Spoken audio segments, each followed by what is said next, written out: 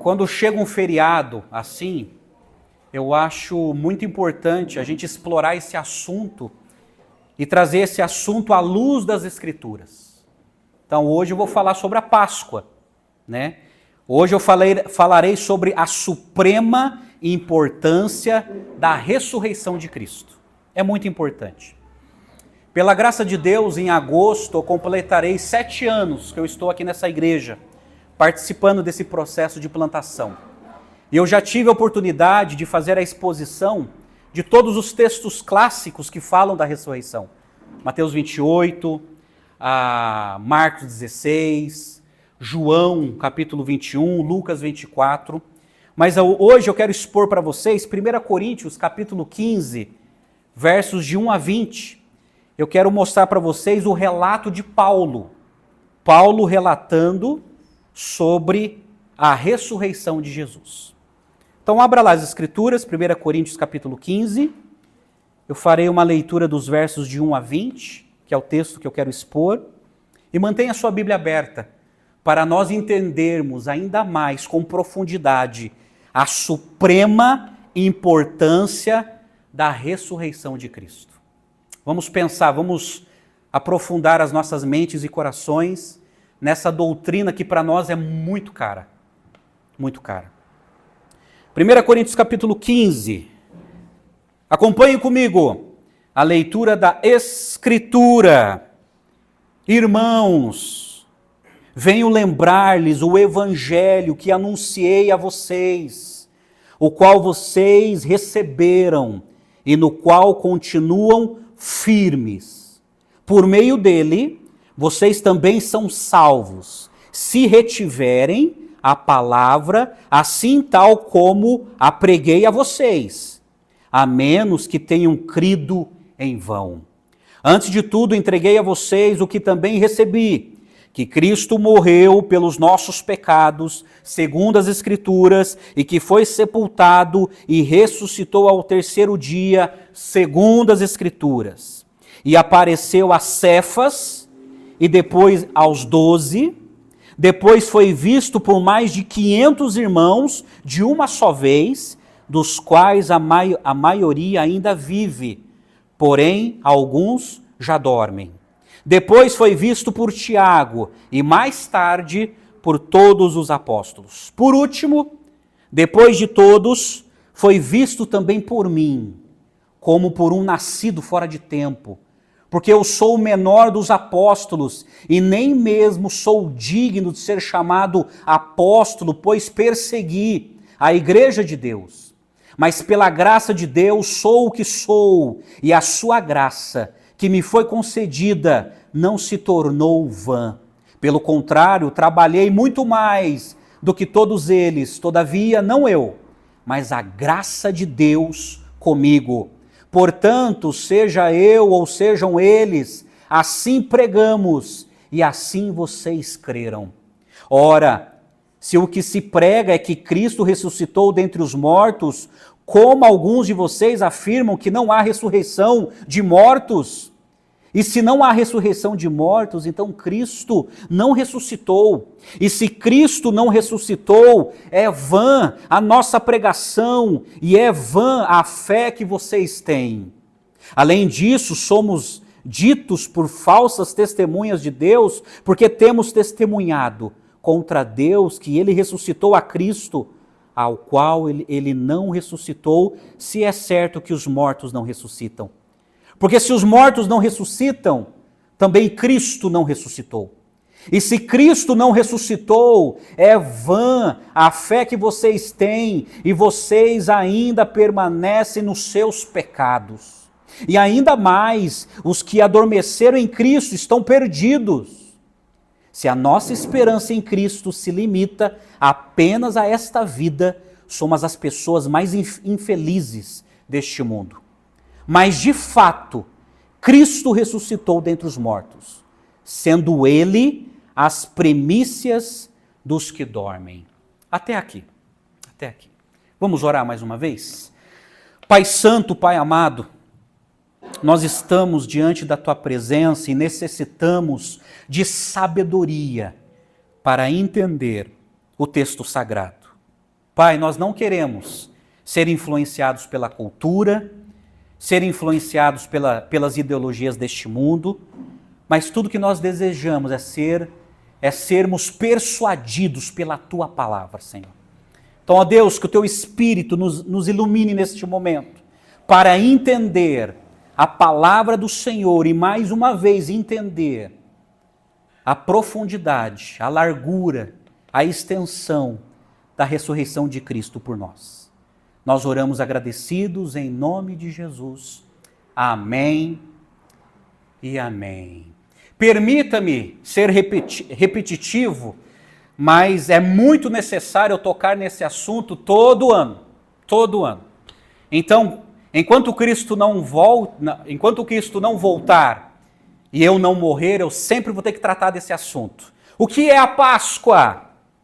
O que é a Páscoa? Precisamos entender 4 pontos sobre a Páscoa. Por quê? Porque existem 4 Páscoas. E você vai ter que escolher qual Páscoa você realmente quer crer. Por exemplo, existe a Páscoa judaica. A Páscoa judaica é onde se originou a Páscoa. A Páscoa é uma festa judaica que vem da palavra pessar, que significa passar. Então, olha só, a palavra Páscoa é uma palavra em hebraico que significa passar. Passar por cima, que significa... é uma referência à 10ª praga narrada no livro do Êxodo. Vocês lembram da 10ª praga?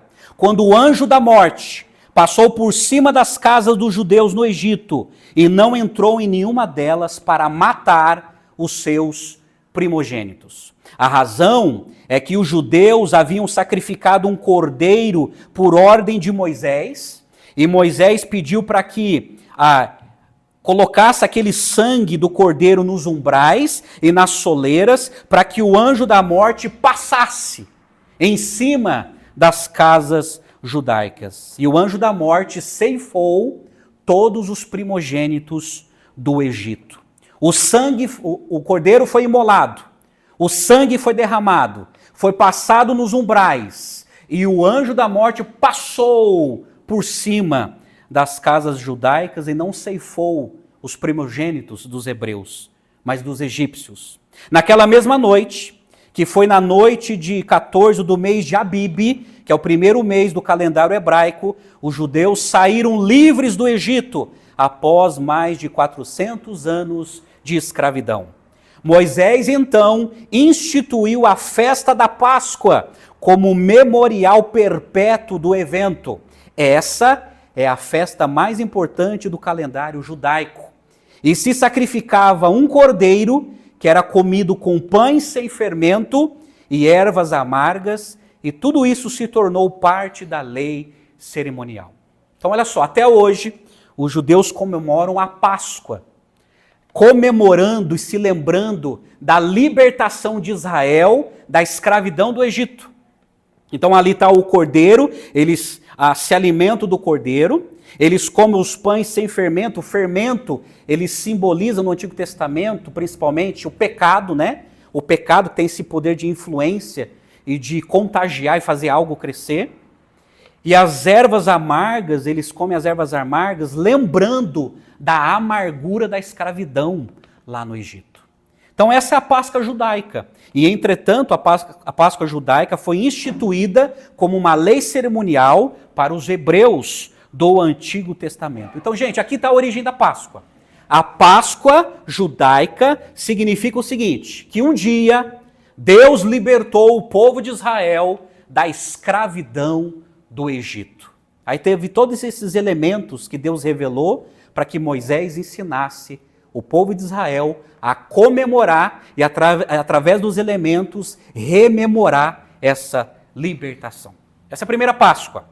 Agora tem a Páscoa pagã, a Páscoa do paganismo, que é muito antigo, que envolve os coelhos. Os coelhos se tornaram um símbolo associado à Páscoa em muitas culturas, especialmente no Ocidente. A tradição de coelhos e ovos de Páscoa remontam séculos atrás, quando povos antigos celebravam a chegada da primavera, tá?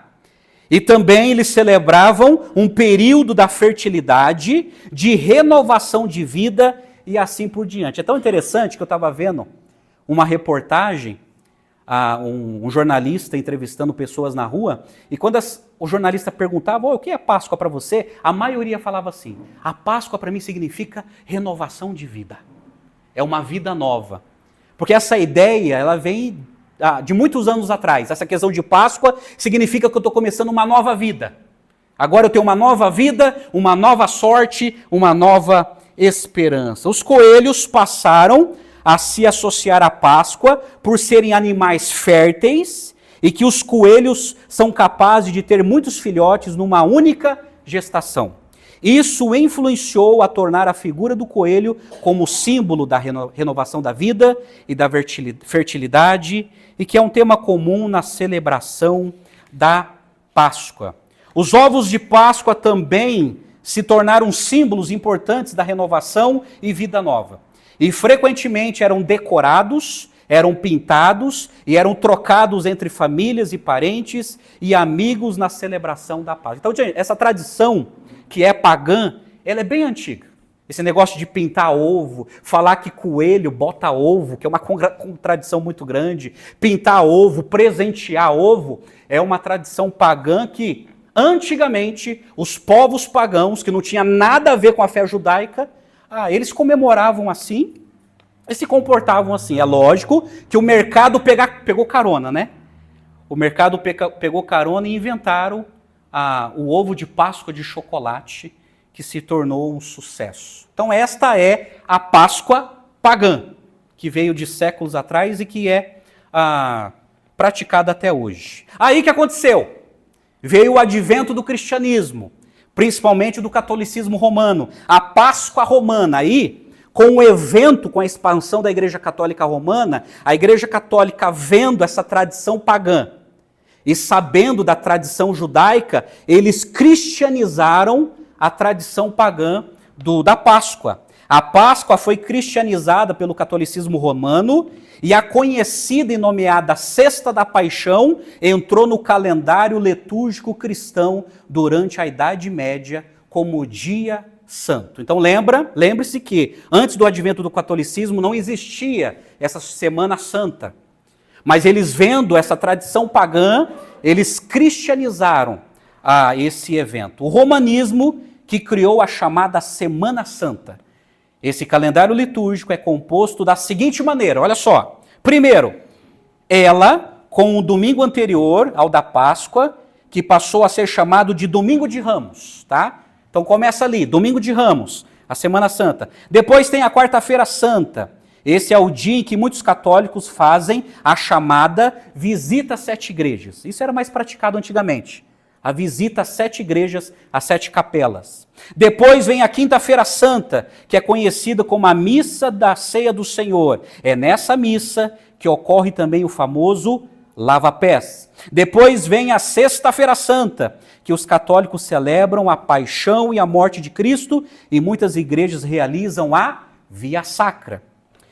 Depois vem o sábado de Aleluia. Então, vem o domingo da Páscoa, dia em que a igreja celebra a ressurreição de Jesus. Então, gente, olha só, com o advento do catolicismo, sabendo da tradição judaica da Páscoa e da tradição pagã, o romanismo fez isso. Ele cristianizou toda aquela influência pagã, trazendo um novo rosto para o calendário litúrgico da igreja, influenciando as nações em que a Igreja Católica entrou a crerem na fé cristã. Mas uma observação, os reformadores, que é o nosso caso, rejeitaram todos os dias santos do calendário litúrgico, preservando apenas o domingo para ser observado. Ou seja, as igrejas oriundas da Reforma Protestante têm somente um dia santo que deve ser observado por todos os cristãos, que é o domingo da ressurreição. Então é isso, gente. Tem a Páscoa judaica, tem a Páscoa pagã e tem a Páscoa romana, que foi uma cristianização de todo esse evento do paganismo. Mas olha só, tem a Páscoa bíblica. O que a Bíblia Sagrada tem a dizer sobre a Páscoa? Aí entendemos que a Páscoa judaica foi substituída pela ceia do Senhor, instituída por Jesus. Porque Jesus, quando ele participou da sua última Páscoa judaica, ele instituiu a ceia do Senhor. Então, diante dos elementos, o cordeiro, as ervas amargas, o pão sem fermento, Jesus ali, ele instituiu a ceia, mostrando o que o pão simbolizava e o que o cálice simbolizava. Então, olha só, toda vez que a gente participa da ceia do Senhor, a gente está celebrando a Páscoa, a ressurreição de Jesus. Então, isso é muito importante. Então, houve essa substituição. Jesus substituiu toda a tradição da fé judaica e instituiu na fé cristã a ceia do Senhor. Então, o Cordeiro, que veio tirar o pecado do mundo, ele instituiu a ceia para nós, para que o pão simbolizasse o seu corpo e o cálice simbolizasse o seu sangue. Assim como o cordeiro foi sacrificado lá no Antigo Testamento e o sangue foi aspergido nos umbrais, o cordeiro vivo veio, instituiu a ceia para que nós lembrássemos que ele ressuscitou e que um dia ele voltará. Ele voltará. Então, gente, como Paulo escreveu em 1 Coríntios 5,7, pois também Cristo, nosso cordeiro pascal, foi sacrificado. Então, olha só, no dia da ressurreição, todo domingo, por isso que eu falei que não é novidade nenhuma para nós a Páscoa. Porque todo domingo nós comemoramos o sacrifício de Jesus e a ressurreição de Jesus.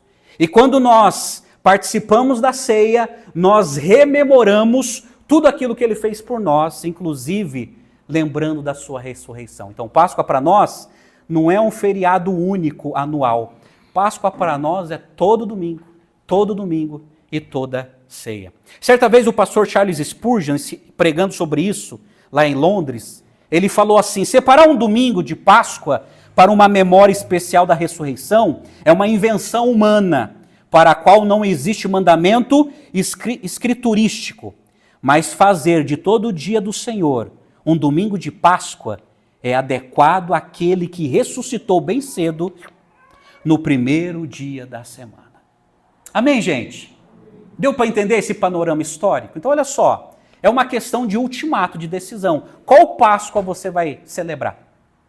Qual Páscoa você vai crer? Qual Páscoa? Eu, sinceramente, eu prefiro crer na Páscoa bíblica. Tá? E prefiro também não conciliar o coelho com o cordeiro. A tradição pagã com a tradição bíblica. Precisamos entender, gente, que o nosso Cristo ressuscitou. Ressuscitou. Mas olha só, diante dessa introdução, eu quero chamar a sua atenção para o texto. O que Deus tem nos ensinar através do registro de Paulo. Mas antes de entrar no texto, vocês sabem que Paulo escreveu esse texto, mais ou menos no ano 55. Os destinatários foram os cristãos de Corinto. Paulo plantou essa igreja.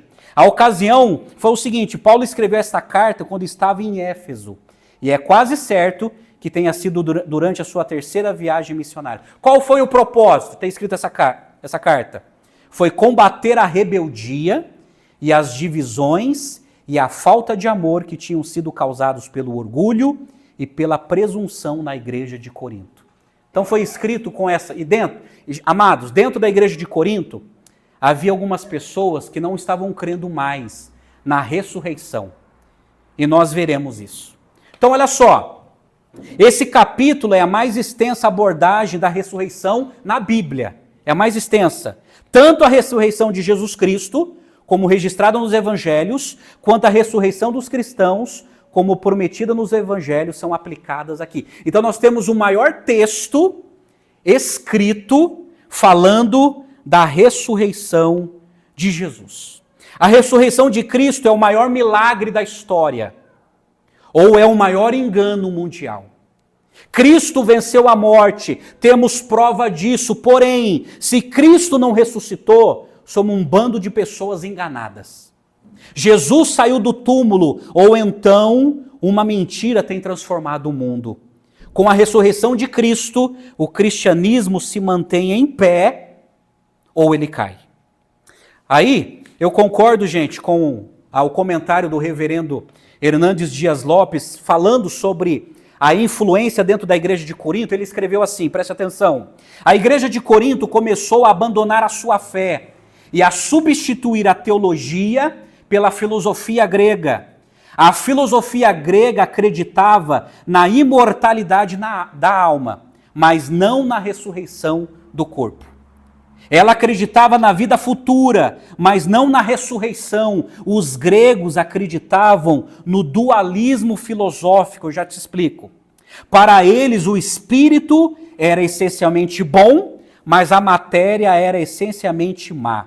Para os gregos, o corpo era um claustro, uma prisão da alma. Nada havia de bom no corpo. Então, os gregos se inclinavam ou para o ascetismo ou para o hedonismo. Eles adotavam o enclausuramento ou a libertinagem. Então eu te explico o seguinte, olha, a igreja de Corinto, eles estavam deixando a doutrina cristã que Paulo tinha ensinado e eles estavam acreditando na filosofia grega. E a filosofia grega ensinava isso, que o espírito é bom e o corpo é mau. Já que o corpo é mau, eu posso fazer qualquer coisa com esse corpo, inclusive me envolver em imoralidade. Se o espírito é bom, só o espírito vai ser redimido. Mas se o corpo é mau, significa que eu tenho autorização de viver de qualquer jeito e fazer qualquer coisa com esse corpo. É por isso que Paulo fala em 1 Coríntios 6, que o nosso corpo é o quê? Templo do Espírito Santo. Não temos direito de maltratar e nem de marcar esse corpo. Por quê? Confrontando essa parte da filosofia grega. E por causa disso, ou eles se isolavam do mundo, isso é ascetismo, se isolar do mundo, se tornar um monge, ou eles se tornavam hedonistas, no sentido de experimentar os prazeres da carne. E aí, eles acreditavam na imortalidade da alma, isso é, que a pessoa morre, mas o espírito continua vivo, mas eles não estavam acreditando na ressurreição dos mortos. Para os gregos, isso era uma loucura, era uma blasfêmia, era inconcebível. Mas daí Paulo deixa bem claro que isso é uma doutrina cristã. E Paulo começa a ensinar, porque olha só, se nós não crermos na ressurreição dos mortos, como os coríntios, muitos deles não acreditavam, não tem como acreditar na ressurreição de Cristo. E se acredita na ressurreição de Cristo, também como resultado, tem que crer na ressurreição dos mortos no futuro. Mas olha só, diante dessa crise, o apóstolo Paulo menciona 3 provas da ressurreição de Cristo. Eu quero chamar sua atenção na sua Bíblia. A primeira prova, a salvação dos coríntios. Porque olha só, de novo, o versículo 1 e 2, ele argumenta assim: irmãos, venham lembrar-lhes que o evangelho que anunciei a vocês, o qual vocês receberam e no qual continuam firmes, por meio dele vocês também são salvos, se retiverem a palavra, assim tal como a preguei a vocês, a menos que tenham crido em vão. Sabe o que Paulo está dizendo? Amados, eu não estou pregando aqui, ensinando para vocês uma nova mensagem. Eu estou relembrando vocês aqui o que eu ensinei sobre a ressurreição. E lembre-se que a ressurreição é condição para a nossa salvação. Precisamos crer no sacrifício de Jesus morrendo por nós, mas também precisamos crer na ressurreição literal de Jesus. Quando nós entendemos essas doutrinas celestiais, inspiradas pelo Espírito, nós encontramos a verdadeira salvação. Então, Paulo está argumentando o seguinte: amados, lembrem-se que a ressurreição é um fato, é uma verdade, porque vocês foram salvos por ela, por essa mensagem. E no Evangelho tem como pilar doutrinário a morte de Cristo e a ressurreição de Cristo. Então Paulo está dizendo o seguinte: olha, vocês foram salvos, vocês foram perdoados, vocês foram redimidos, vocês foram justificados, porque vocês também creram na doutrina da ressurreição. Então o que está acontecendo que vocês não estão acreditando mais? Então, amados, a doutrina da ressurreição é tão importante porque ela faz parte do Evangelho de Deus, que fala do plano de Deus da salvação sobre nós. Então é muito importante. Então por isso que é muito perigoso você encontrar pessoas que dizem assim, olha, eu creio em Cristo, eu creio que ele morreu na cruz por nós, mas eu não creio na ressurreição literal dele. Como assim? Não, eu creio numa ressurreição que não é literal. A ressurreição é fruto da teologia dos primeiros apóstolos. Mas ele morreu. Mas se ele morreu, para mim é suficiente. Não, não é suficiente. No centro do evangelho está a morte e a ressurreição de Cristo. Que ele morreu como sacrifício vivo pelos nossos pecados e a ressurreição comprova que ele venceu a morte. E que um dia também nós ressuscitaremos por causa do poder de Deus.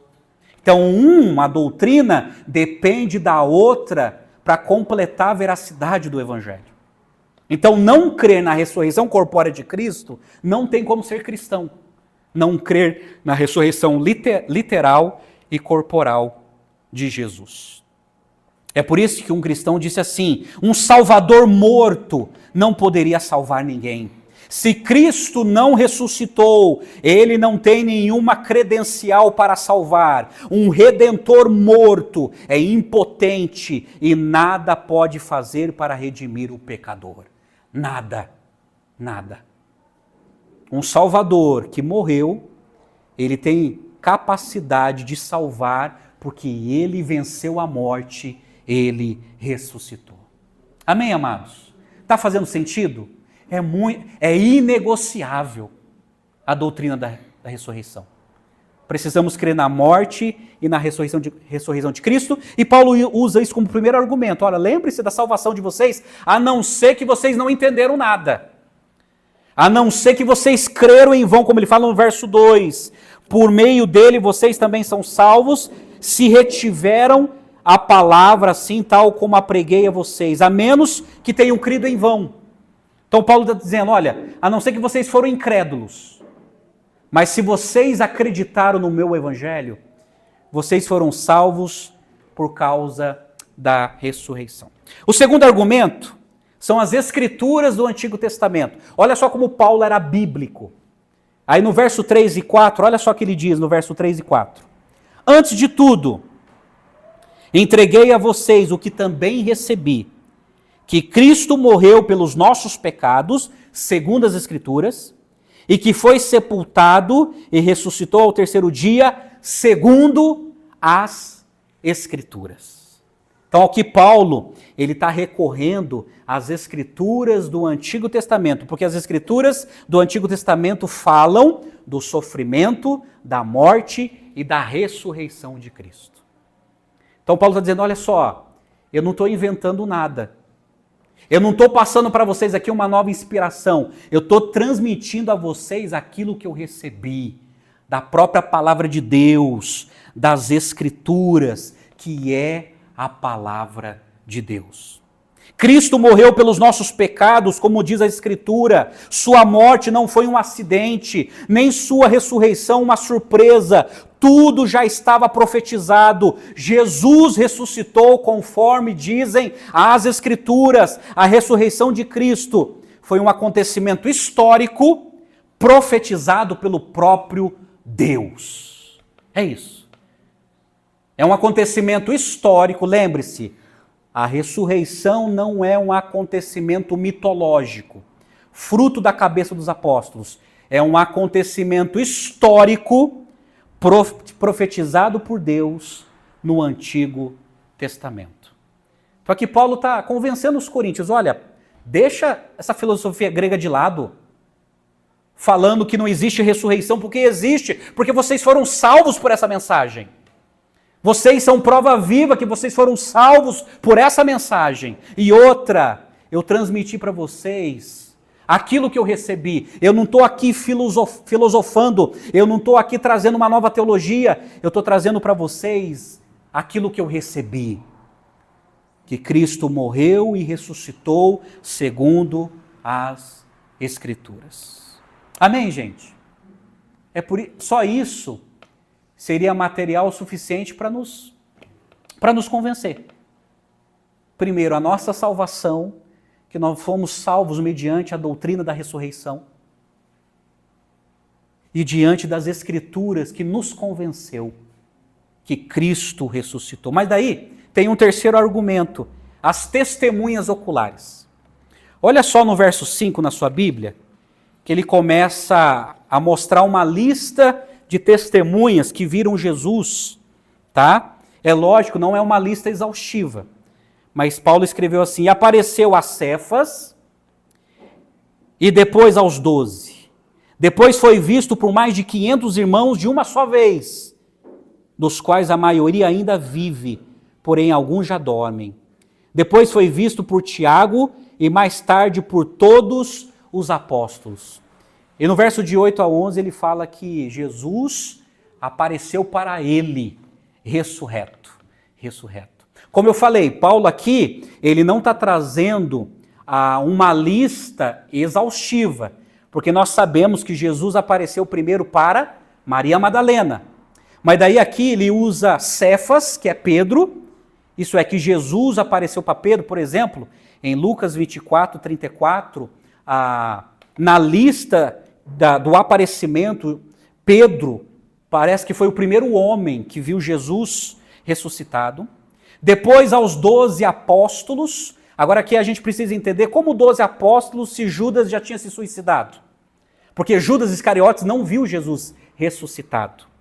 Alguns comentaristas dizem que esse 12 possa ser, que no meio desse 12, possa ser Matias, antes de ter sido eleito, como apóstolo no lugar de Judas. Outros dizem que essa palavra 12 apóstolos se tornou uma marca. É por isso que Paulo usou essa expressão. Mas seja o que for, Jesus apareceu para Pedro e depois ele apareceu para todos os apóstolos. Aí o mais impressionante que Paulo diz assim: depois foi visto por mais de 500 irmãos. Verso 6, 500 irmãos. Em Lucas 24, 33, Lucas ele faz uma referência dos apóstolos e os discípulos. Só que ele não numera a quantidade desses discípulos. Possa ser esses 500. Mas muitos dizem que esses 500 irmãos que viram Jesus vivo foi quando Jesus ele se ascendeu ao céu e foi subindo para o céu. Então é muita gente que viu Jesus vivo. Jesus vivo. Quando a Bíblia usa a palavra que dorme, gente, mas diz aqui que muitos estavam vivos e outros já estavam dormindo. Dormir aqui é uma figura de linguagem, se referindo às pessoas que morreram. Não está se referindo ao sono da alma, que a pessoa morre e o espírito fica dormindo. Não. Quando Paulo usa a palavra dormir, ele está se referindo ao corpo que tombou, o corpo que está sepultado, mas o espírito continua vivo. Mas a questão do foco de Paulo é o seguinte: 500 irmãos viram Jesus vivo, ressuscitado. É muita gente. Aí depois ele fala, depois foi visto por Tiago. Você precisa entender quem é esse Tiago. Tiago aqui não são os apóstolos que Jesus teve. Teve 2 Tiagos. Esse Tiago aqui foi o meio-irmão de Jesus. Lembre-se que Maria, ela foi concebida do Espírito Santo, mas ela tinha um marido chamado José, e ela teve mais filhos, inclusive esse Tiago. Esse Tiago, ele foi irmão de Jesus. Inclusive, em João capítulo 7, ele era um incrédulo, ele não acreditou em Jesus, mas depois ele foi convertido. E ele se tornou um grande líder da igreja de Jerusalém. E Jesus apareceu ao seu próprio irmão, Tiago. E depois Paulo fala que foi visto por todos os apóstolos. Vocês lembram o evento de Tomé, que não estava no lugar, no lugar apropriado, e depois ele apareceu, e Jesus apareceu a todos. E depois foi visto por Paulo. Aí, gente, olha só no verso 8, Paulo, de maneira muito humilde, ele fala assim: por último, depois de todos, foi visto também por mim, como um nascido fora de tempo, porque eu sou o menor dos apóstolos, e nem mesmo sou digno de ser chamado apóstolo, porque persegui a igreja de Deus. Mas pela graça de Deus sou o que sou. E a sua graça que me foi concedida não se tornou vã, pelo contrário, trabalhei muito mais do que todos eles. Todavia, não eu, mas a graça de Deus comigo. Portanto, seja eu ou sejam eles, assim pregamos, e assim vocês creram. Quando Paulo ele usa nascido fora de tempo, ele está falando o seguinte, que Jesus apareceu para ele, é como se ele tivesse nascido de maneira prematura.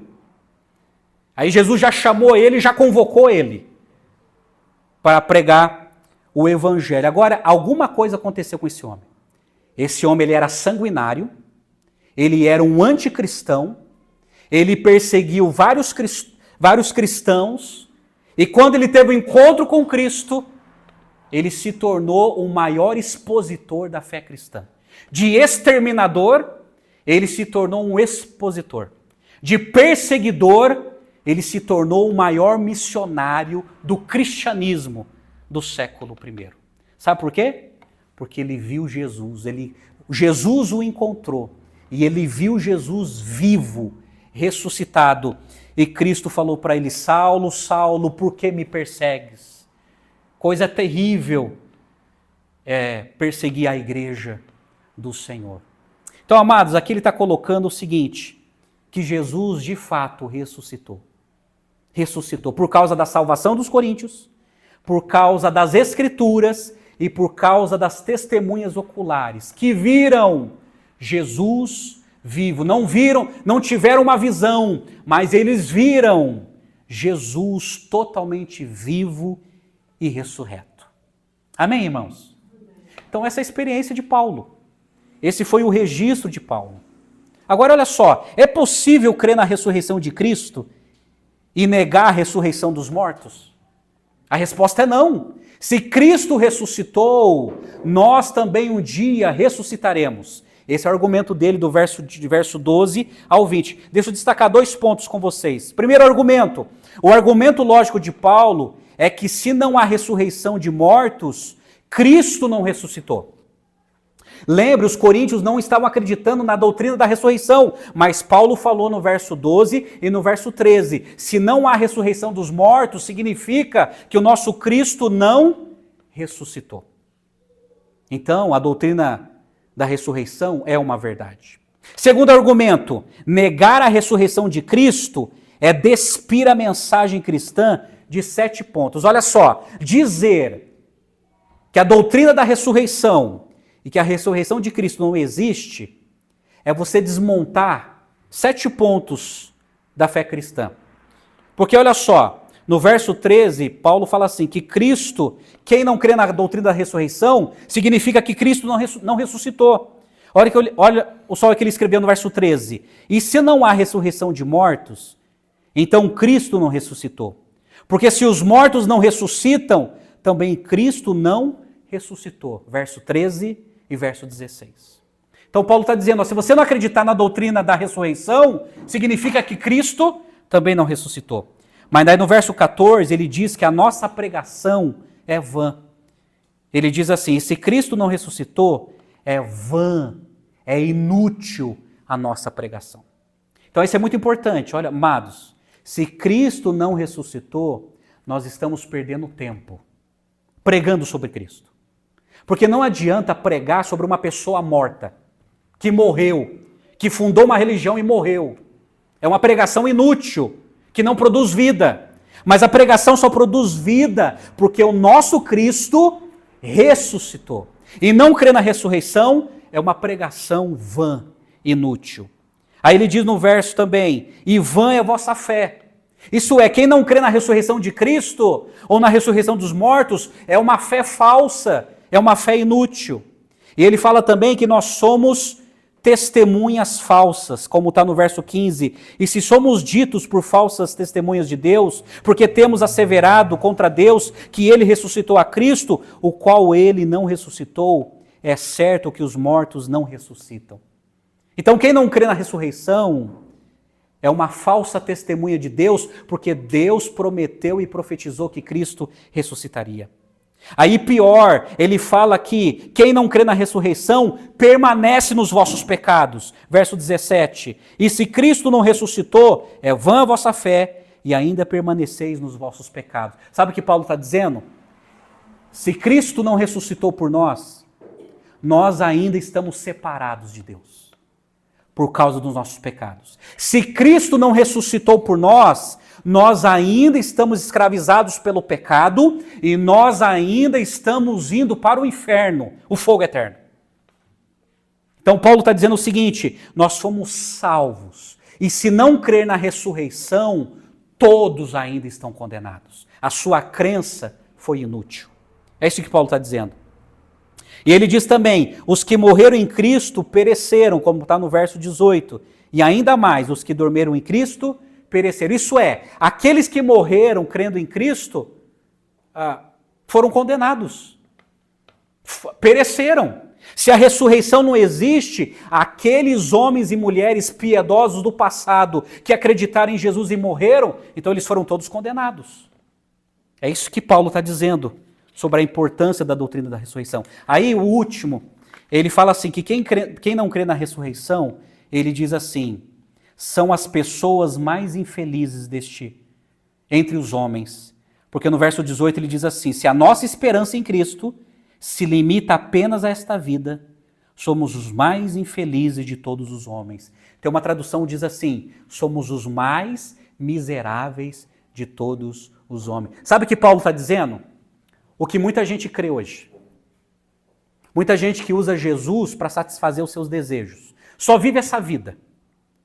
Mas olha só, não crer que Cristo ressuscitou e só crer nesse Cristo que só faz as coisas para nós nessa terra, Paulo falou assim, olha, se a gente limita a nossa crença só nisso, nós somos os mais miseráveis. Nós somos os mais infelizes entre toda a raça humana. Crer num Jesus que só resolve os nossos problemas aqui, faz de nós pessoas miseráveis, infelizes. Agora, a verdadeira felicidade é você crer em Cristo, que pode nos ajudar aqui, mas que vai nos levar para o céu e que vai nos ressuscitar no último dia e que nós viveremos para sempre com Ele. Essa é a verdadeira felicidade. Então, crer num Jesus que só atende a minhas orações para resolver meus problemas aqui, Paulo está dizendo, você é o mais infeliz de todas as pessoas. Agora, crer em Jesus que me ajuda aqui, mas que um dia vai me ressuscitar e um dia eu vou morar com Ele para sempre, essa é a verdadeira felicidade. Amém, gente? Então, não crer na ressurreição é ser um infeliz, é ser um miserável, é ser um enganado, é ser um inútil. Porque quem crê num Deus morto não tem como ser salvo. Nós cremos num Deus vivo que ressuscitou e que nos salvou e que prometeu um dia nos ressuscitar. Amém, gente? É por isso que ele finaliza no verso 20. Mas, de fato, Cristo ressuscitou dentre os mortos, sendo Ele as primícias dos que dormem. Eu explico para vocês. Primícias aqui é uma linguagem do Antigo Testamento. No Antigo Testamento, o hebreu, quando ele entregava o seu dízimo, ou ele entregava uma oferta, ele separava a primícia. A primícia é o primeiro fruto. Então, o judeu, ele não dava da sobra. O que sobrar, ele dava. Da plantação dos animais. Ele dava primícia, os primeiros frutos, os primeiros animais, eles pegavam e ofereciam para Deus. Essa era a primícia, ou as primícias do Antigo Testamento.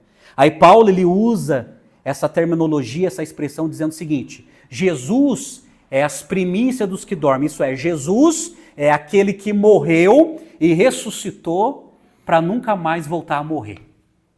Jesus. Ele é o primeiro. Ele é a primícia. Porque olha só, outros, gente, ressuscitaram, viveram de novo, viveram durante um tempo, envelheceram e morreram de novo. Mas Jesus é o único que morreu, ressuscitou e nunca mais voltou a morrer. Ele continua vivo. Aí Paulo está dizendo, esse Jesus que é as primícias, que morreu para nunca mais voltar para a morte porque ele ressuscitou, assim um dia seremos nós. Um dia nós ressuscitaremos e não voltaremos a morrer, a falecer. Amém, gente? É por isso que a gente precisa crer na ressurreição de Cristo. É por isso que precisamos crer na doutrina da ressurreição dos mortos. Lembre-se, nós cremos num Deus vivo. Eu sei que é batido o que eu estou falando, que eu vou falar aqui, mas vale a pena relembrar. Se você viajar comigo para Meca, você vai encontrar o túmulo de Maomé. Está lá até hoje. Até hoje está lá. Os restos de Maomé. Se você viajar comigo para a França, num cemitério lá que eu não sei nem falar o nome, você vai encontrar o túmulo de Allan Kardec. Os restos mortais dele estão lá. Se você for comigo para o Japão, numa cidade que também não sei falar o nome, você vai encontrar lá o túmulo de Buda. Agora, se você viajar comigo para Jerusalém, no túmulo onde Jesus foi sepultado, está lá uma placa em hebraico. Ele não está aqui, ele ressuscitou. Nós cremos num Deus vivo. E quem crê num ser morto, continua morto. Continua morto. Precisa conhecer o Evangelho. Precisa conhecer o Evangelho para que seja convertido e assim será ressuscitado no último dia. Amém, gente? Por isso que é muito importante. Eu concluo essa exposição com algumas aplicações finais, além daquelas que eu já fiz. São 5. Primeiro, a Páscoa judaica foi substituída pela ceia do Senhor. A Páscoa judaica foi substituída pela ceia do Senhor. Lembre-se, toda vez que você participa da ceia, você está relembrando o sacrifício e a ressurreição de Jesus. Quando você participa da ceia, você está lembrando da libertação que Jesus fez por você. Quando os judeus estavam participando da Páscoa deles, eles estão lembrando da libertação nacional. Quando Deus livrou Israel do Egito, quando a gente está participando da ceia, nós estamos lembrando da nossa libertação espiritual. Quando Deus nos resgatou das garras de Satanás, do nosso pecado e nos livrou do fogo eterno. Então a ceia é a nossa Páscoa. E é interessante que a ceia, a Páscoa judaica no Antigo Testamento, uma pessoa não judeu, para participar daquele momento de refeição, ele tinha que ser circuncidado. A circuncisão habilitava a pessoa a participar da ceia da Páscoa judaica. Esse entendimento é transferido também para o Novo Testamento. Para participar da ceia do Senhor, a condição é se batizar. É o mesmo entendimento. Então a pessoa no Antigo Testamento tinha que se circuncidar para poder participar da ceia judaica, da Páscoa judaica, e no Novo Testamento a pessoa precisa se batizar para ser habilitado para participar da ceia do Senhor. É daí que vem esse entendimento teológico. Então, gente, nunca esqueça isso. A ceia do Senhor é a nossa Páscoa. Sempre que participamos da ceia do Senhor, nós lembramos da libertação que Jesus realizou em nós. Aí faz uma reflexão. De que Jesus libertou você? De que? Quando você lembra dessa libertação, essa é a sua Páscoa. Olha, um dia Jesus me arrancou do meu Egito, da minha escravidão e me deu liberdade. Nós somos livres. Nós somos livres por causa da morte e ressurreição de Jesus. Segunda aplicação, a Páscoa pagã é uma distração cultural e proposital. Não se engane, não se engane. É uma distração cultural e proposital. Por quê, gente? Quando chega essa data, por mais que pra gente não é novidade, o mundo lembra do quê? Coelho, gente. Ovo de chocolate. Ovo colorido. É isso que está na cabeça do povo que não conhece o Evangelho. Porque essa tradição pagã, ela continua perpetuando nas culturas, principalmente no Ocidente. No Oriente nem tanto, mas no Ocidente. E é proposital, porque nessa data as pessoas não lembram do cordeiro, mas lembram do coelho. É isso que está na cabeça do povão ou das pessoas que não conhecem a Deus. Que não conhecem. Até por uma questão de religiosidade, até considera a ressurreição de Jesus, mas por uma questão cultural praticante, é a questão do coelho. Então, mas pastor, é uma questão de cultura. Tudo bem, é questão de cultura, só que as pessoas só lembram disso. Só lembram disso ou tentam conciliar isso. Não tem como. Não tem como. Entretanto, a Páscoa pagã é uma distração cultural e o propósito é isso. é fazer as pessoas se esquecerem cada vez mais do Evangelho, cada vez mais do Evangelho, cada vez mais do Evangelho. A Páscoa bíblica, em terceiro lugar, nos remete à ressurreição de Cristo. A nossa Páscoa, gente, é a ressurreição de Cristo, que Ele ressuscitou para nos salvar. Essa é a base da nossa fé. Quarto, a ressurreição é um fato verídico. Ele realmente ressuscitou. Ele ressuscitou. As provas estão nos evangelhos e nas cartas de Paulo. Cristo ressuscitou. É tão impactante, gente, como que aqueles homens que foram covardes, que deixaram Jesus sozinho, e Jesus foi crucificado, como aqueles homens de covardes depois se tornaram tão ousados em pregar o evangelho. O que aconteceu com aqueles homens covardes que fugiram de Jesus, que se afastaram de Jesus? Jesus foi preso e crucificado e eles fugiram. O que aconteceu depois que esses homens morreram pela fé? Qual foi a chave que virou a cabeça desses homens de covardes a ousados, de medrosos a intrépidos e morreram pela fé? Porque eles diziam, olha, nós encontramos Jesus vivo. É a ressurreição. Jesus apareceu para os apóstolos. Amém? É um fato verídico. Quinto, a ressurreição é fundamental para a nossa fé. Amados, só teremos uma fé verdadeira se nós cremos com todo o nosso coração na ressurreição de Jesus.